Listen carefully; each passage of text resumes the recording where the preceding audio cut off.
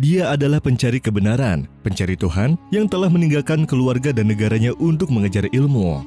Dia terus mencari agama yang benar. Ia berpindah agama dari Majusi hingga Kristen untuk mencari agama yang benar. Lalu Allah yang Maha Kuasa membimbingnya dan menunjuknya pada agama yang benar, yaitu agama Islam. Hingga akhirnya ia termasuk putra keemasan Islam. Dia adalah Salman Al-Farisi, dijuluki Abu Abdillah, dan ia dikenal sebagai Salman Al-Khair. Salman pernah ditanya tentang garis keturunannya. Lalu dia berkata, "Aku Salman bin Islam."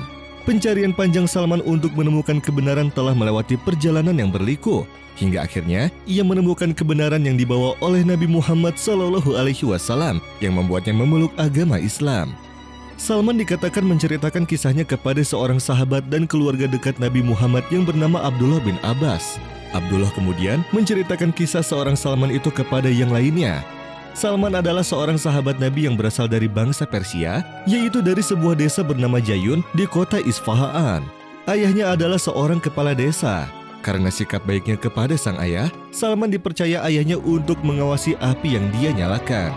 Demikianlah, ayah Salman adalah seorang Majusi yang menyembah api. Suatu hari ayahnya memintanya untuk pergi ke tanah miliknya dan memenuhi beberapa tugas yang dia inginkan.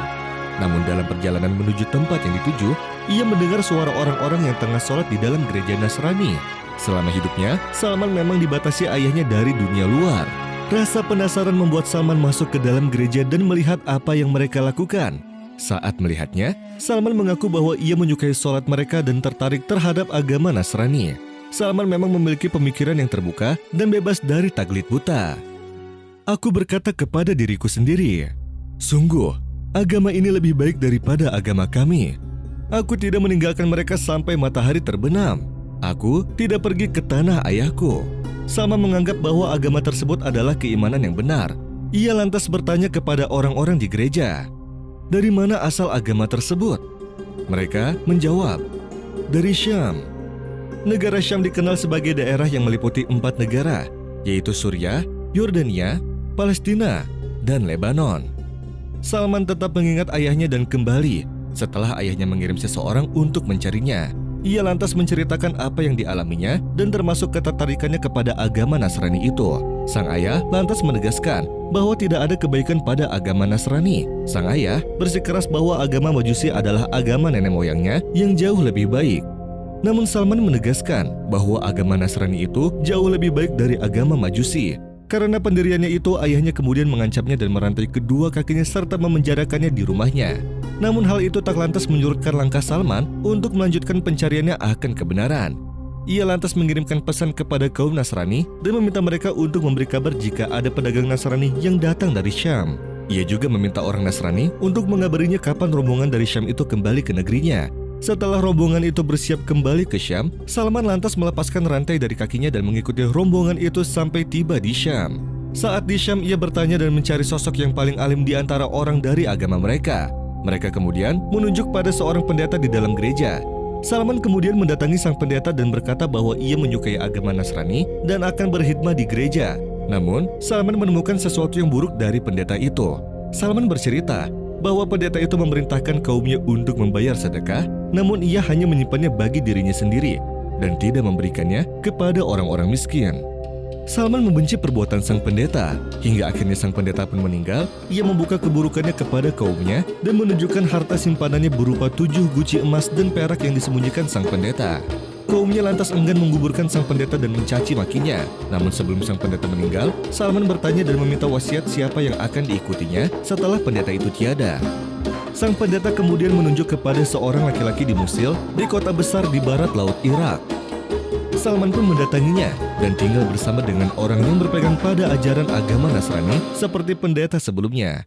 Ketika ajal mendatangi laki-laki itu, Salman kemudian meminta kepadanya wasiat untuk mengikuti orang lain yang berada di atas agama yang sama. Laki-laki itu kemudian menunjuk pada seorang laki-laki di Nasibin, sebuah kota di tengah perjalanan antara Mosul dan Syam.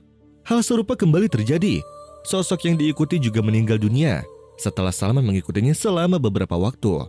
Wasiat yang sama lantas diminta Salman kepadanya sebelum ajal menghampiri. Laki-laki itu mewasiatkan Salman untuk bergabung dengan seseorang di Amuria, sebuah kota yang merupakan bagian dari wilayah timur Kekaisaran Romawi. Setelah Salman mendatangi orang yang dimaksud, Salman kemudian bekerja dan mendapatkan beberapa ekor sapi dan seekor kambing. Akan tetapi, ajal mendekati laki-laki Amuriah tersebut. Salman pun mengulang kembali permintaannya. Namun, kali ini jawabannya berbeda. Laki-laki itu berkata, "Wahai anakku, aku tidak mengenal seorang pun yang berpegang pada perkara agama yang sama dengan kita. Namun, seorang nabi akan datang pada masa kehidupanmu, dan nabi ini berada pada agama yang sama dengan agama Ibrahim. Nabi Ibrahim mewasiatkan ucapan kepada anak-anaknya untuk tidak mati kecuali dalam memeluk agama Islam." Laki-laki itu menggambarkan Nabi Muhammad SAW. Dia akan diutus dengan agama yang sama dengan agama Ibrahim. Dia akan datang di negeri Arab dan akan hijrah ke wilayah di antara dua wilayah yang dipenuhi oleh batu-batu hitam yang seolah-olah terbakar oleh api. Ada pohon-pohon kurma tersebar di tengah-tengah kedua tanah ini. Dia dapat dikenali dengan tanda-tanda tertentu. Dia akan menerima dan makan dari makanan yang diberikan sebagai hadiah, tetapi tidak akan makan dari sedekah. Simbol kenabian akan berada di antara pundaknya. Jika engkau dapat pindah ke negeri itu, maka lakukanlah. Pada suatu hari beberapa pedagang dari Bani Qalb melewatinya. Salman lantas meminta mereka untuk membawanya ke negeri Arab dan sebagai gantinya ia akan memberikan sapi-sapi dan kambing yang dimilikinya. Namun ketika mereka mendekati Wadi Al-Qura, yaitu daerah yang dekat dengan Madinah, mereka menjualnya sebagai budak kepada seorang Yahudi. Pada suatu hari, sepupu majikan Salman dari suku Yahudi Bani Quraidah di Madinah datang berkunjung dan membeli Salman. Ia lantas membawa Salman ke Madinah. Hingga suatu hari, Nabi Muhammad hijrah ke Madinah. Salman berkata, "Suatu hari aku sedang berada di atas pohon kurma di puncak salah satu rumpun kurma melakukan beberapa pekerjaan untuk majikanku. Saudara sepupunya datang kepadanya dan berdiri di hadapannya dan berkata, 'Celakalah Bani Kilah, mereka berkumpul di Kuba. Ada seorang laki-laki yang datang hari ini dari Mekah mengatakan dirinya sebagai seorang nabi.' Aku bergetar hebat ketika mendengarnya, hingga aku khawatir aku akan jatuh menimpa majikanku. Aku turun dan berkata, 'Apa yang engkau katakan? Apa yang engkau katakan?' Majikanku menjadi marah dan memukulku dengan pukulan yang kuat seraya berkata, 'Apa urusanmu mengenai ini? Pergi dan kerjakanlah pekerjaanmu.' Pada malam itulah Salman pergi menemui Rasulullah ketika berada di Kuba. Saat bertemu, Salman memberikan apa yang dia simpan sebagai sedekah. Salman pun menawarkan kepada Nabi Muhammad SAW. Nabi pun berkata kepada para sahabatnya untuk memakannya.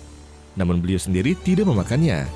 Saat itulah Salman merasa yakin bahwa Rasulullah adalah sosok Nabi yang dimaksud. Salman kemudian mendatangi Nabi kembali dan membawa hadiah untuknya di Madinah.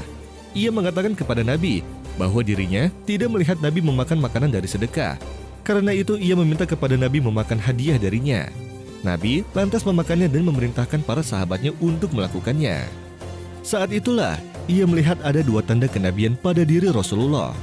Pada pertemuan ketiga, Salman datang ke Baqi ul Gharqad, yaitu suatu tempat pemakaman para sahabat Nabi, yang mana saat itu Nabi tengah menghadiri pemakaman salah seorang sahabatnya. Saat itu, Salman menyapanya dengan sapaan Islam, "Assalamualaikum." Kemudian ia berputar ke belakangnya untuk melihat tanda-tanda kenabian yang digambarkan kepadanya. Ketika Nabi melihatnya, beliau mengetahui bahwa ia tengah berusaha membuktikan sesuatu yang digambarkan kepadanya. Beliau pun melepaskan kain dari punggungnya dan membiarkan Salman melihat tanda itu. Salman pun berkata, "Aku mengenalinya." Aku pun membungkuk dan menciumnya serta menangis. Rasulullah memerintahkanku untuk berbalik, yakni berbicara kepadanya. Aku pun menceritakan kisahku. Beliau pun sangat menyukainya, sehingga memintaku menceritakan seluruh kisahku kepada para sahabatnya.